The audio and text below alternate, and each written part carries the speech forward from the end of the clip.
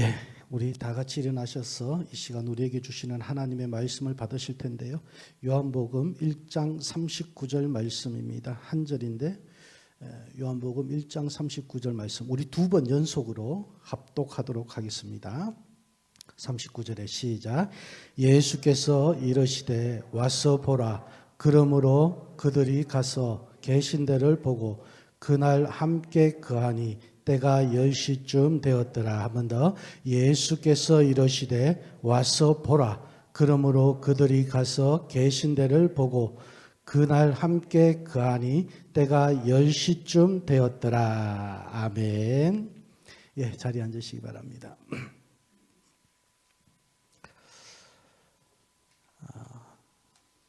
오늘 참 오랜만에 그 목사님 찬양 첫 곡을 찬양 드린 첫 곡 오 예수님, 그 찬양을 제가 좀 방황하고 난 다음 주님 앞에 나올 때 엄청 눈물 흘리면서 30년 지난 시간이네요. 그때 참 눈물 흘리면서 얼마나 열심히 불렀던 찬양인지.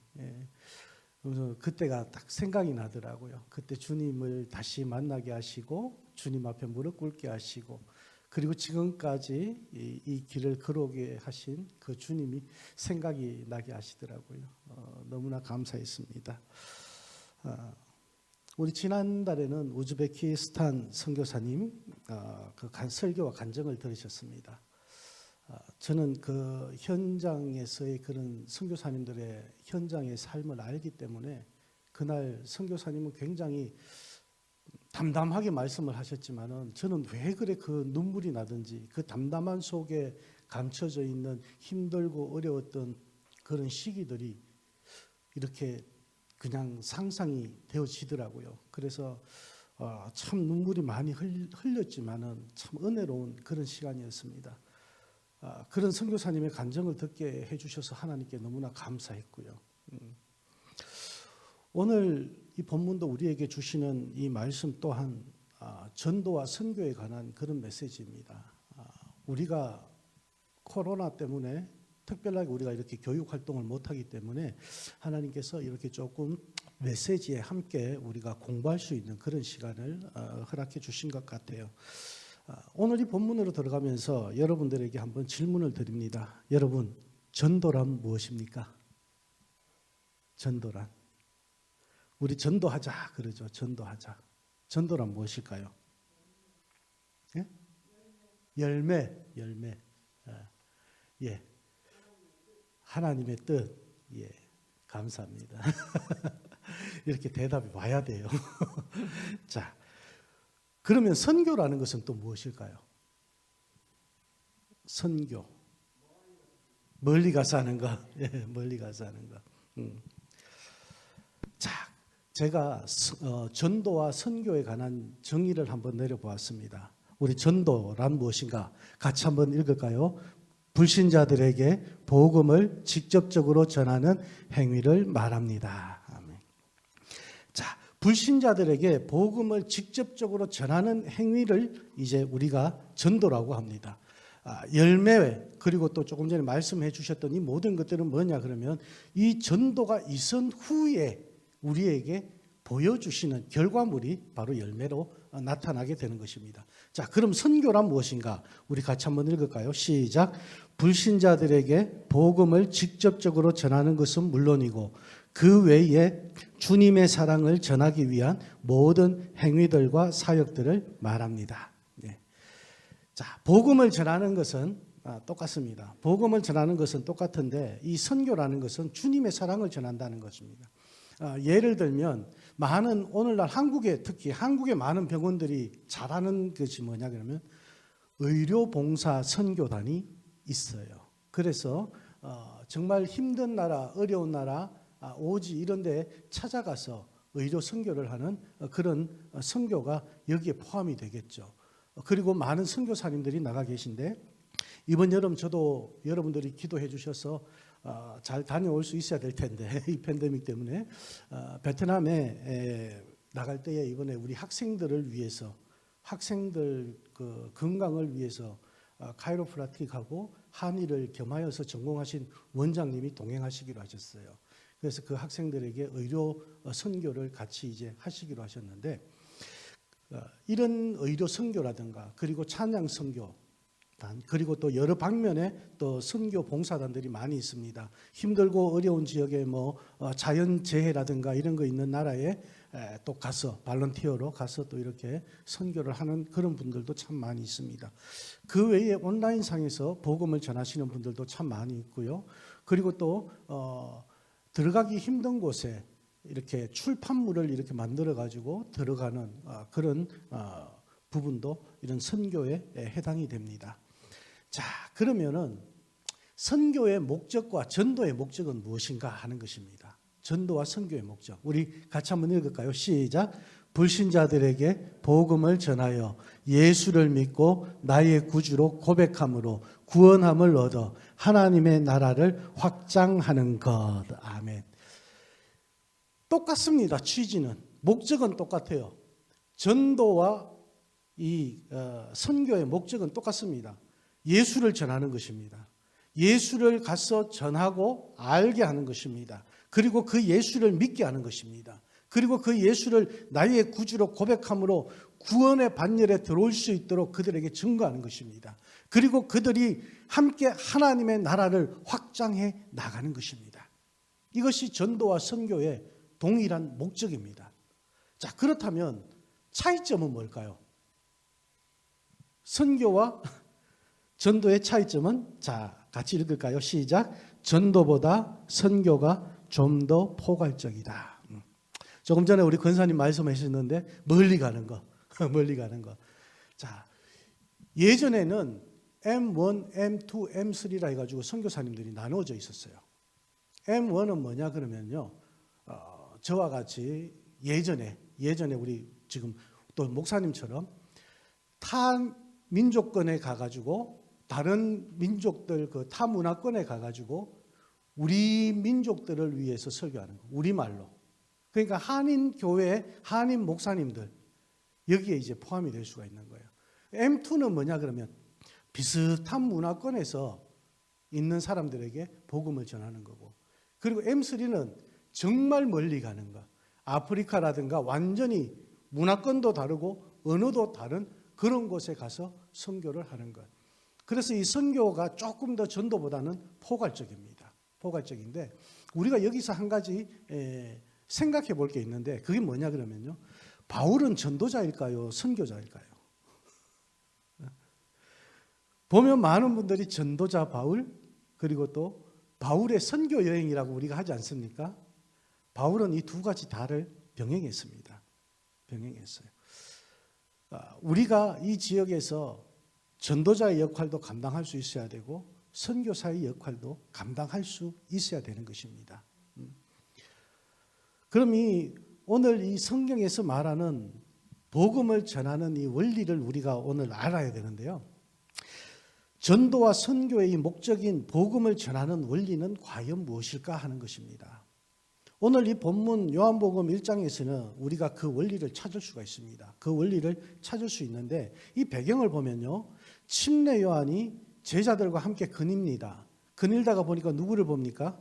예수님을 만납니다. 이것이 1장 35절부터 나오는 그런 말씀인데요.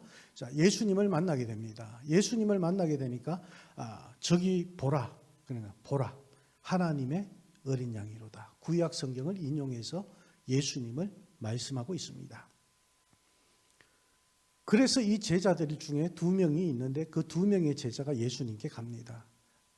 랍비여, 어디 계십니까? 라고 이렇게, 보이는데 어디 계십니까? 라고, 이걸 우리가 잘 봐야 돼요. 보이는데 어디 계십니까? 이렇게 얘기를 하는데, 어디 계시냐, 안 보인다 이게 아니고요, 어디에 거처를 두고 계십니까? 라는 물음이에요. 어디에 거처를 두고 계십니까? 그러니까 예수님께서 와서 보라. 그래서 이제 그 제자들이 그곳에서 그날을 보냈다. 오늘 우리가 함께 봉독했던 1장 39절 말씀입니다. 그런데 이 안에 두 제자 중에 안드레가 있습니다. 안드레가 있는데 오늘 이 안드레를 통해서 우리는 이 전도의 원리를 배우게 됩니다. 그 첫 번째가 뭐냐 그러면요, 찾아가서 말해야 된다라는 것입니다. 요한복음 1장 41절 말씀입니다. 그가 먼저 자기의 형제 시몬을 찾아 말하되.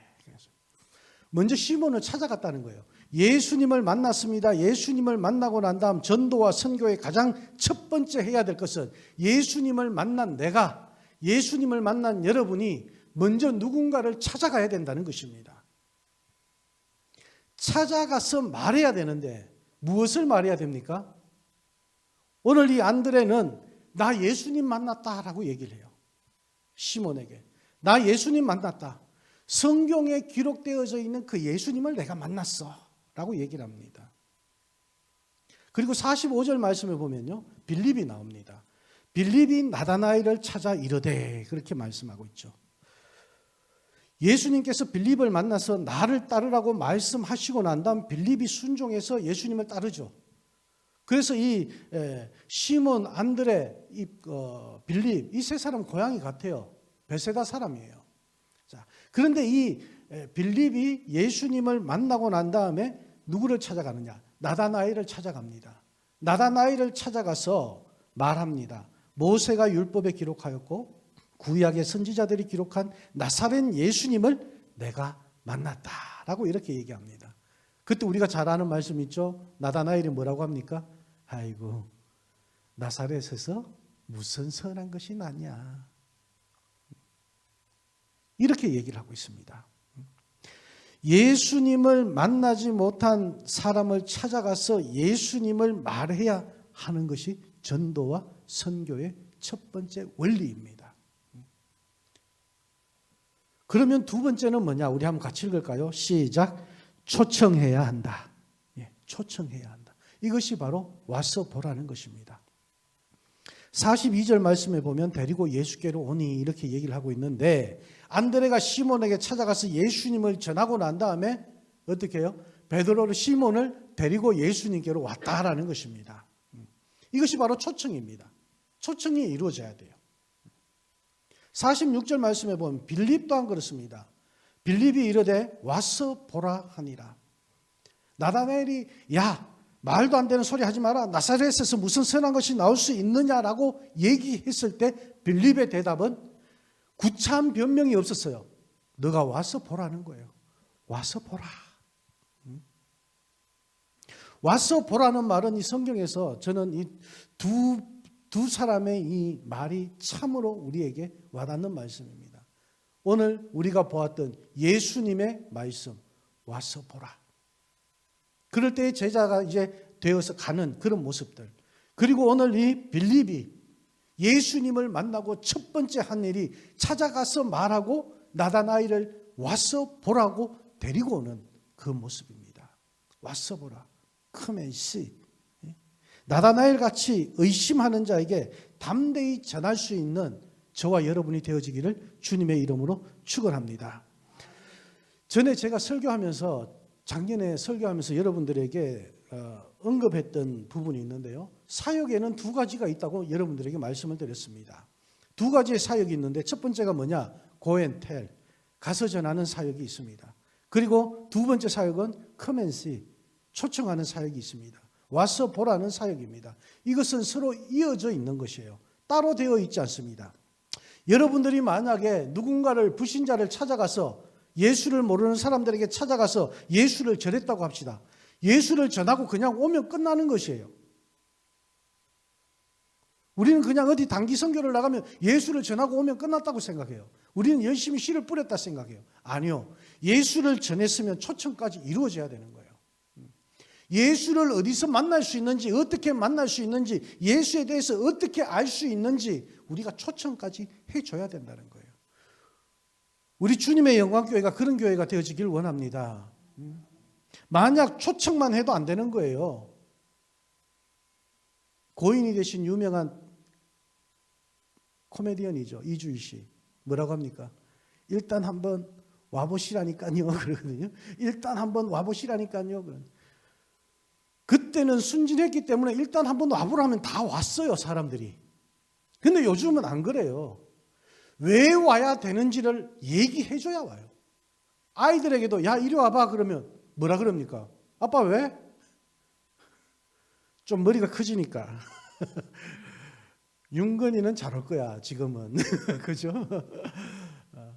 조금 커지면 뭐라고요? 아빠 왜? 왜? 전화하면 뭐라 합니까?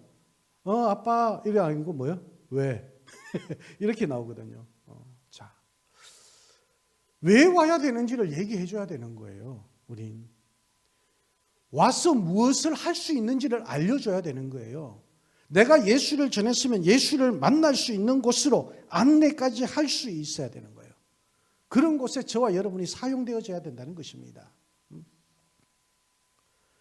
근데 저는 이 사역을 하면서 참으로 재밌는 게 이 고엔텔과 크멘시가요, 선교지에서는 힘들어요. 선교지에서는 굉장히 힘들어요. 왜냐 그러면은 가서 제 신분을 밝힐 수가 없어요. 제 신분을 밝힐 수가 없는 곳에서 어떻게 합니까? 예수를 전합니다. 예수에 대해서 얘기합니다. 그런데 예수님에 대해서 얘기를 하는데 예수님은 언급을 못해요. 어떤 분이 있는데 이렇게 나가는 거예요. 어떤 분이 있는데 그분이 나를 너무 사랑해 주셔서 그분이 나 대신 돌아가셨어. 이렇게 시작이 되는 거예요. 예수를 전하긴 전해야 되는데 예수를 말하지 못하는 그 심정 어떨까요? 그런데 그 사역들을 오늘날 많은 선교사님들이 하고 계신 것입니다. 우린 나가지 못한다 할지라도 여러분 이 지역에서 그렇게 찾아가고 전하고 말하고 초청할 수 있는 그런 저와 여러분이 되어지기를 주님의 이름으로 축원합니다. 그러면 이 세 번째는 무엇이냐 그러면요, 증인이 되어야 하는 거예요. 증인이 찾아가서 전했어요. 초청했어요. 얘기를 듣고 왔어요. 와서 보니까 예수님을 만났어요. 예수를 만나고 우리 교회에 초청을 해서 많은 사람들이 왔어요. 그럼 그들이 예수를 만났어요. 만나고 믿게 해야 되는 거예요. 예수를 먼저 알려줘야죠. 어떤 분이라는 것을 알려주고 예수를 믿게 하고, 그리고 그들 또한 우리와 같은 증인의 삶을 살아갈 수 있도록 해줘야 되는 거예요. 그래서 사도행전 1장 8절 말씀에 뭐라고 말씀하십니까? 오직 성령이 너희에게 임하시면 너희가 권능을 받고 예루살렘과 온 유대와 사마리아와 땅끝까지 이르러 내 증인이 되리라 하시니라. 아멘. 성령이 임하시면, 그래서 우리가 성령이 함께 하시는 삶이 그렇게 중요하다는 것입니다. 여러분 성령의 권능을 받으시길 주님의 이름으로 축원합니다. 성령의 능력으로 증인의 삶을 사시는 여러분 되시길 축원합니다. 자, 성령의 권능을 받고 나서 예루살렘과 온 유대와 사마리아와 땅끝까지 이르러 내 증인이 되리라, 이렇게 말씀하십니다. 자, 우리로 표현하면 어떻습니까? 우리 주님의 영광교회와 그리고 이 챈들러 땅과 그 다음 나가서 애리조나와 그리고 미국 땅과 이 세상 끝까지 점점 더 확장되어져 가는 하나님의 나라를 너희가 증인이 되어라라는 말씀이에요. 그런데요, 이 말씀을 이렇게만 받으면 안 돼요. 이 말씀은 이렇게만 받으면 안 돼요. 우리 교회를 통해서 점점점 확장되어져 가는 그런 모습도 참으로 중요합니다. 하지만 이 말씀은요, 제가 선교에 대해서 이렇게 공부하고 열정을 갖고 하나님 앞에 기도하다 보니까 또 다른 모습을 보여주셨는데 우리 같이 한번 읽어볼까요? 시작. 오직 성령이 너희에게 임하시면 너희가 권능을 받고 예루살렘과 온 유대와 사마리아와 땅끝까지 이르러 내 증인이 되리라 하시니라. 아멘. 빨간 글씨가 있다, 그죠? 뭡니까? 과, 와. 뭐뭐와예요. 뭐뭐와. 영어 성경에는 and로 기록이 되어져 있습니다. 온 유대와 사마리아와 땅끝까지. 자, 여러분 예를 한번 들어볼게요. 우리 성도님들 중에 목사님 제가 식사 대접할게요. 목사님과 사모님과 아이들 같이 몇 시까지 어디에 오세요? 그러면 어떤 거예요? 목사님 먼저 오셔서 식사하고 가시고 그 다음 사모님 오시고 사모님 가시고 그 다음 애들 오라는 뜻입니까? 아니죠. 목사님, 사모님, 애들 같이 오라는 얘기죠. 그죠? 같은 시간, 동일하게. 자, 하나님의 나라가 선포되어지고 하나님의 증인들이 늘어나고 하나님의 증인들이 그곳에서 증거하는 모든 일들이 한날 한시에 똑같이 이루어져야 되는 거예요. 동일한 곳에서 동일하게 나타나야 되는 거예요. 내가 조금 더 부자가 되면 내가 선교 헌금을 더 하지. 내가 조금 더 이제 부자가 되었으니까 또 이곳까지 하지. 이곳까지 하지. 이곳까지 하지가 아니고 힘들고 어려운 가운데 있는 모든 나라들에서 동시다발적으로 하나님의 나라가 선포가 되어져야 된다는 말씀입니다. 그 가운데 증인들이 일어나야 된다는 말씀입니다. 여러분은 각자에게 주어진 삶의 자리에서 전도자의 삶을 살 수 있기를 원합니다. 그러면 그 외에 나가 계신 선교사님들은 그분들에게 맡겨진 선교지에서의 삶을 살고 계신 거예요. 이 모든 것이 뭐로 하나가 되어야 되느냐? 성령으로 하나가 되어져야 되고 기도로 하나가 되어져야 되고 예수 이름으로 하나가 되어져야 돼요. 이때 하나님의 나라가 선포가 되어지고 이 땅이 힘이 얻을 수가 있는 거예요. 우리 조그만 교회에서 할 수 있겠냐? 할 수 있습니다, 여러분. 기도로 하는 거예요. 내가 하는 게 아니에요. 여러분이 하는 게 아니에요. 하나님이 하십니다. 하나님께서 하시도록 내어드리는 거예요.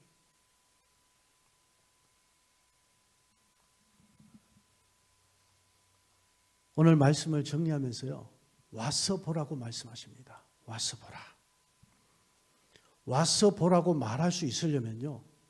나의 삶이 믿지 않는 불신자들에게 와서 보라고 말할 수 있는 그런 그리스도인이 되어야 되는 거예요. 우리의 삶을 돌아볼 때 참으로 부끄럽습니다. 그렇죠? 부끄럽고 연약하고 나약하지만 우리가 이제 예수 앞에 올바로 설므로 인해 가지고 예수를 올바로 증거하고 야, 내가 주님의 영광교회 다니는데 우리 교회에 한번 와봐.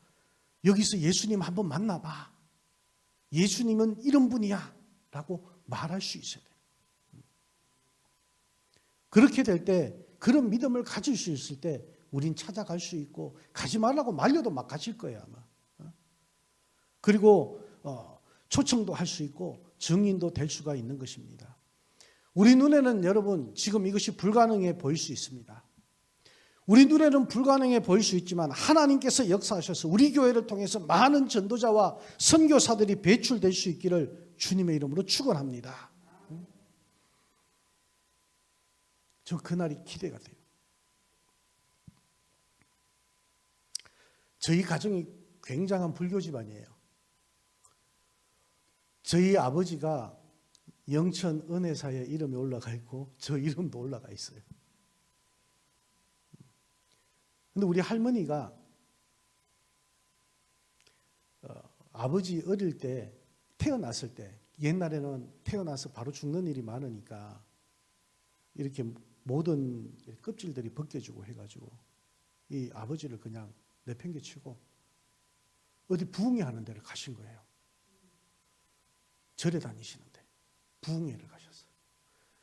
일주일 동안 옛날에는 부흥회가 뭐 이틀 뭐 3일 이게 아니고 일주일 동안 하는데 일주일 동안 애를 내비두고 그냥 가셨다니까요. 젖도 안 먹이시고 그냥 가셨어요. 근데 갔다가 들어오시면서 문 앞에 들어오시면서 그런 생각을 하셨대요. 얘 이제 죽었겠지.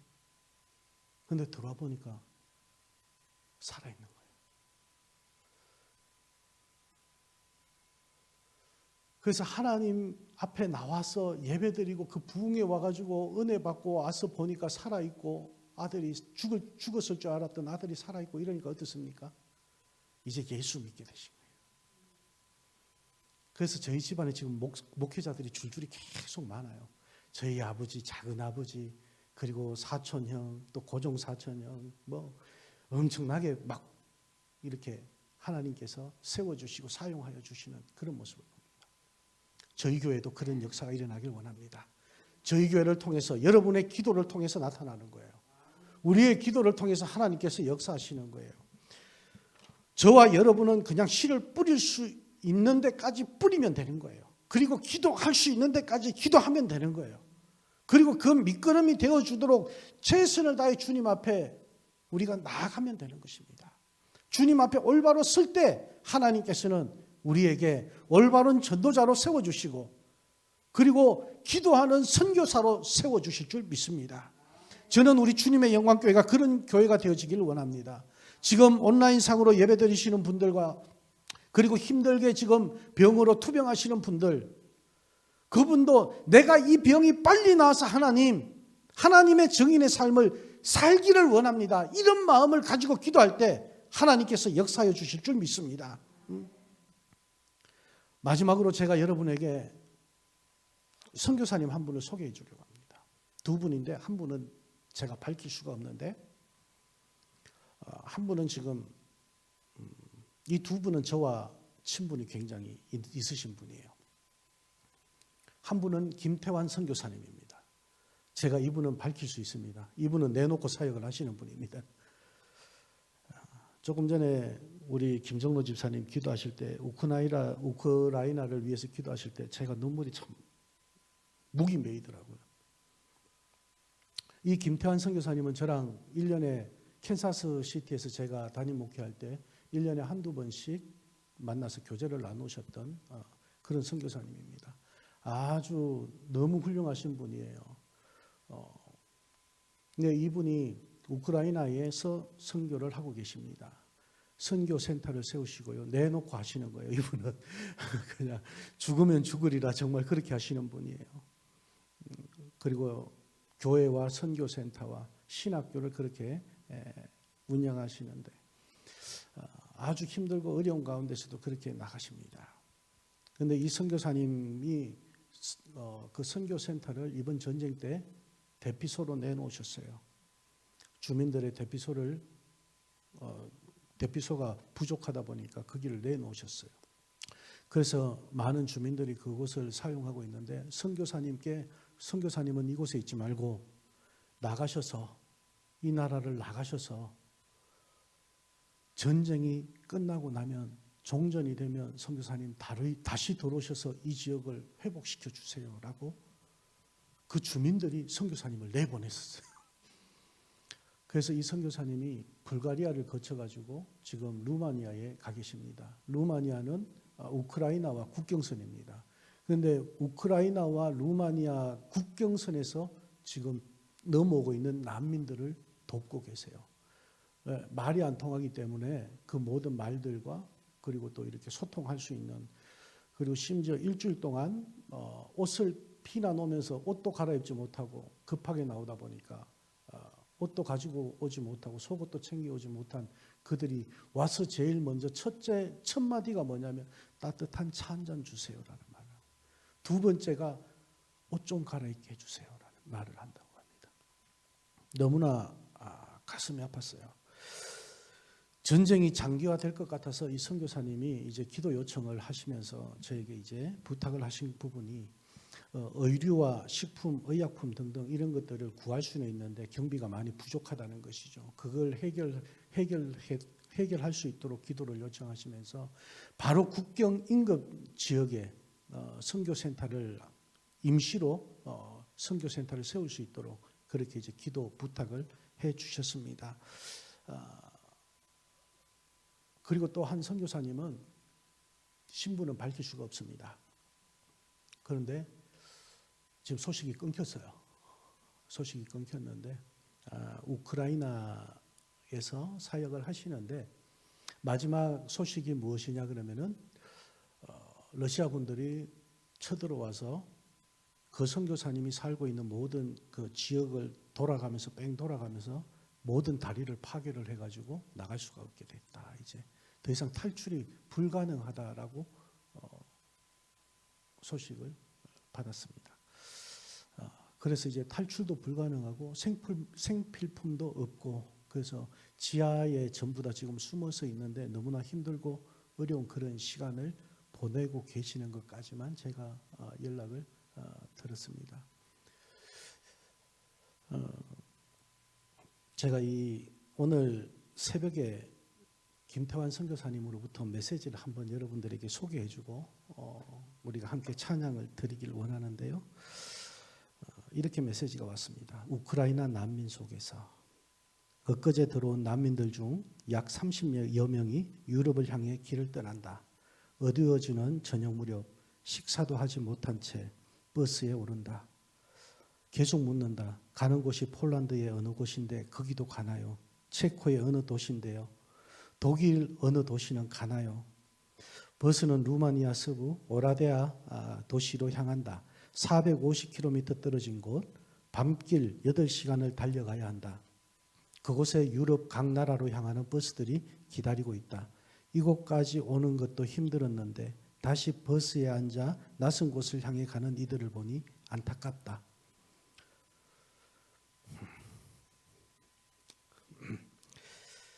눈은 지쳐있고 두려움이 가득하다. 그들을 격려했다. 여러분은 우크라이나를 탈출해 루마니아에 머물렀고 다시 유럽 여러 나라로 흩어지고 있습니다. 이 여정에 하나님이 여러분과 함께 하시고 지켜주시길 바라고 기도합니다. 지금은 흩어지지만 하나님이 여러분을 사랑하셔서 다시 고향으로 돌아가게 될 것입니다.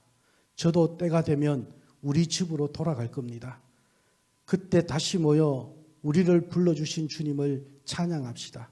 주님의 은혜가 여러분과 함께 하시길 축복합니다.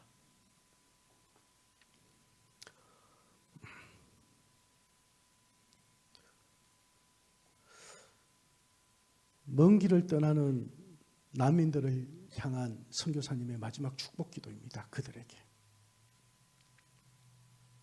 우린 이 미국 땅으로 올 때 얼마나 불안했고 처음 올 때는 마음이 두근두근하고 그랬지 않습니까? 미국 가서 과연 내가 살 수 있을까? 그곳에서 어떻게 살까라는 그런 두려운 마음도 있었을 것입니다. 그러나 우린 준비된 마음으로 왔지만 이들은 준비도 없이 떠났습니다.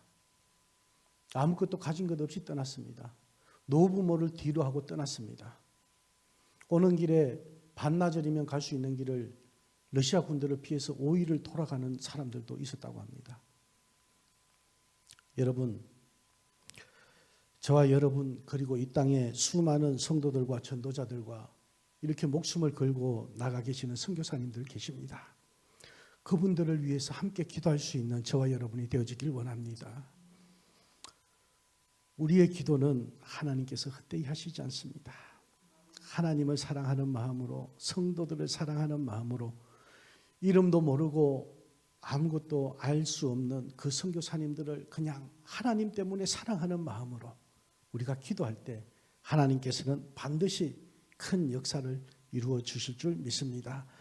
이 김태환 선교사님의 마지막 축복 기도처럼 전쟁이 종식되고 모두 다 고향으로 돌아가 자기 집에서, 그리고 선교사님이 거처했던 그 교회에서 함께 주님을 예배할 그날을 우리가 기대하면서 함께 기도할 수 있는 그런 저와 여러분이 되어지길 원하며, 우리가 늘 삶 가운데서 그런 기도 생활을 해야 되겠죠. 그리고 오늘 이 찬양을 우리가 함께 드리기를 원합니다.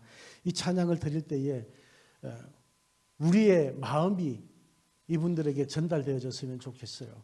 그리고 아픈 병마 가운데 있는 분들도 힘을 내셨으면 좋겠어요. 우리 순례자의 노래 이 찬양을 함께 우리 다 같이 일어나셔서 정말 이들을 사랑하는 마음으로 함께 찬양을 드릴 수 있기를 원합니다. 조금 천천히 드릴게요.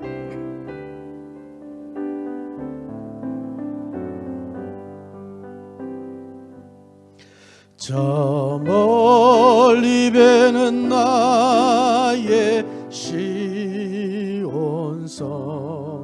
오 거룩한 곳 아버지 집,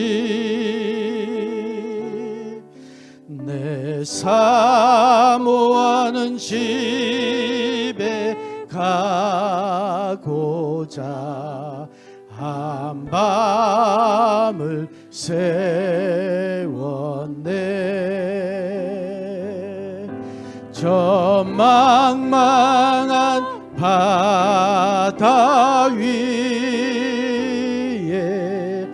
이 몸이 상할지라 할지라도 오늘은 이곳 내일은 저곳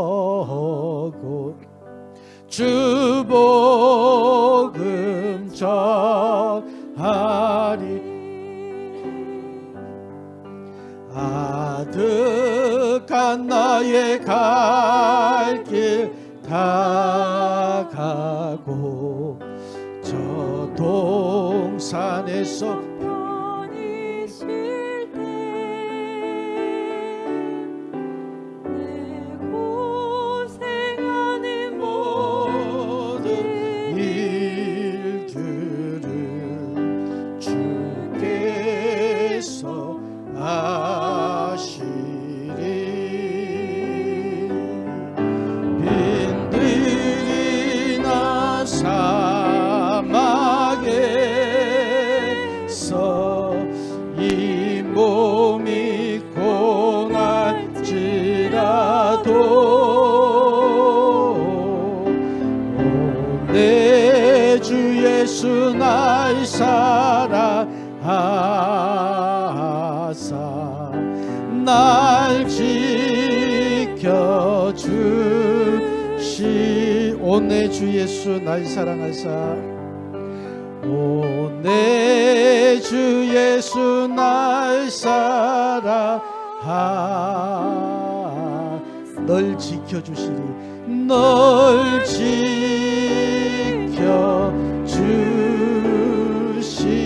지켜주시리 아멘. 하나님 감사합니다. 오늘 저희들이 귀한 말씀 받았습니다. 이 말씀 받고 나아가 우리 주님의 나라를 위해 하나님의 나라를 위해 저희가 귀하게 쓰임받을 수 있도록 저희의 믿음을 세워 주시옵소서 붙잡아 주시옵소서.